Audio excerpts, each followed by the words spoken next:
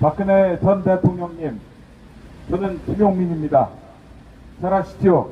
2012년 총선 당시 서울 노원갑 민주당 후보로 나왔던 낙곰수 멤버 말입니다.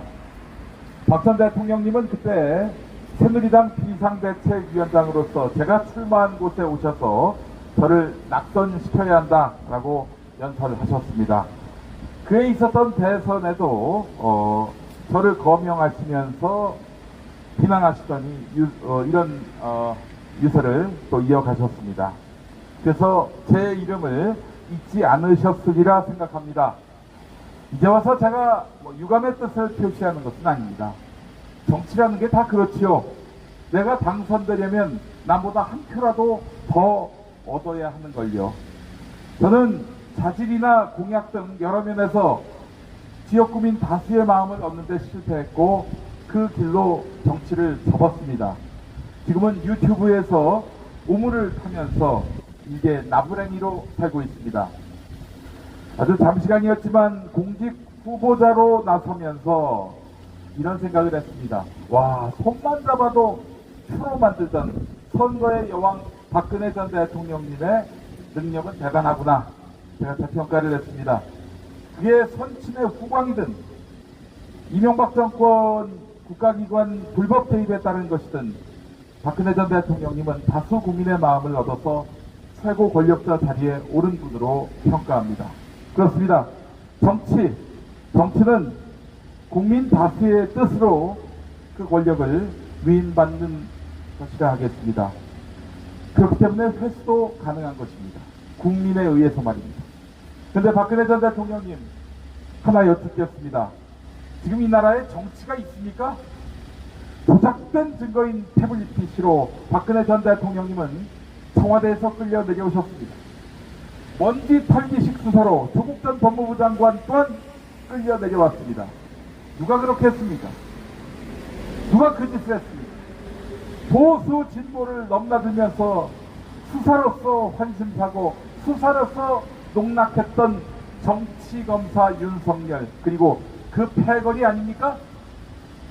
우리 정치의 대화와 타협이 사라지고 툭하면 쟁점사안이 검찰 손에 넘어가면서 오늘 우리는 윤석열 등 깡패 검사들에게 통째로 국가 권력을 빼앗긴 신세가 됐습니다.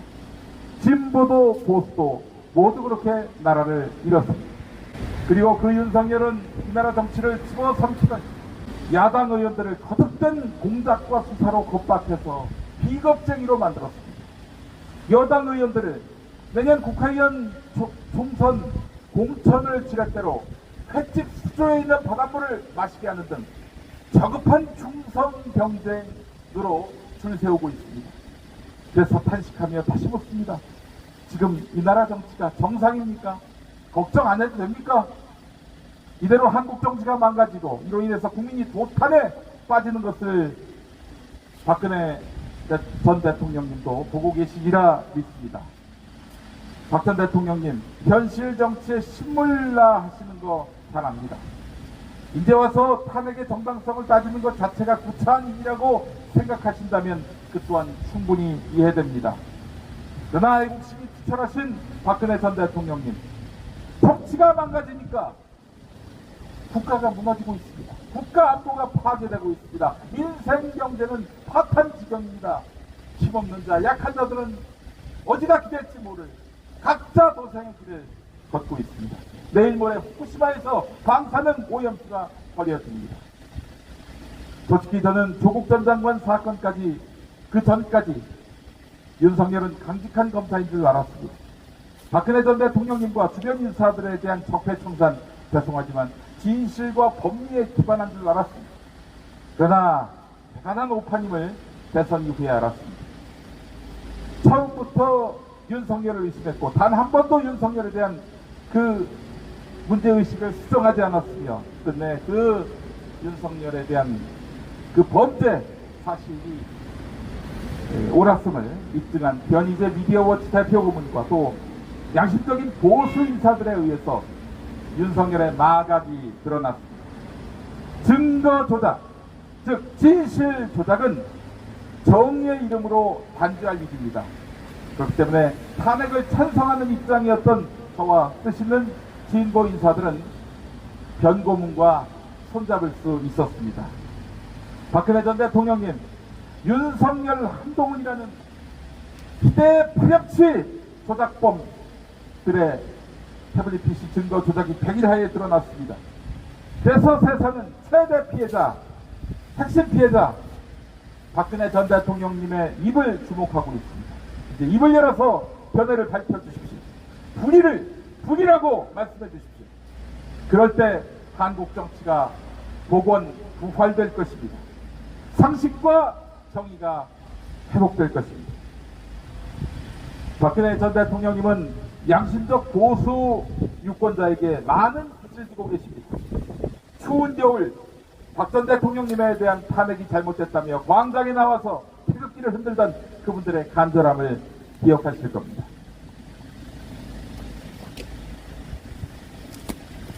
제가 가봐서 아는데요, 사시사철 서울구치소에서 박 전 대통령님이 들으시든 안 들으시든 석방과 명예회복을 부르셨던 그분들의 열정을 기억하실 것입니다. 때마다 물품 구매든 후원이든 박근혜 전 대통령님에게 도움이 될 일이라면 무엇이든 다 하셨던 분들의 진심 어린 마음을 기억하실 것입니다. 이 엄청난 빚을 갚으셔야죠. 그 길은 다름 아닌 예 할 때 예하고 아니오 할 때 아니오라고 말씀해 주시는 것입니다. 저 총선 나왔을 때 유세 오셔서 아이들 교육에 도움이 안 되는 김용민 후보를 낙선시켜야 된다라고 말씀하셨죠. 낙선 후에 많이 반성했습니다. 다시는 그런 오명을 쓰지 않기 위해서 애쓰고자 노력해 왔습니다. 박근혜 전 대통령님도 그렇게 하신 말씀에 상응하는 행동을 보여주시길 기대합니다.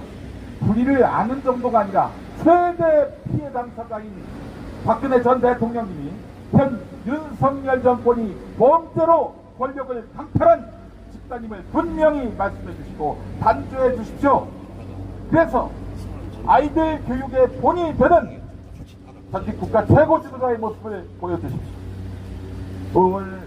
오늘 이 말씀을 드리려고 대구까지 왔습니다. 태블릿 PC 사건에 대한 진실투쟁에 동참하셔서 윤석열이를 끌어내리시는데 역할을 담당해 주신다면, 그래서 두 번 다시 이 땅에 검찰 쿠데타가 다시 환개치는 일이 없도록 쐐기를 박아주신다면 보수뿐만 아니라 진보도 박근혜 전 대통령님을 재평가할 것입니다. 우리는 역사 앞에 책임 있는 모습으로 사명을 완수하는 박근혜 전 대통령님을 기대합니다.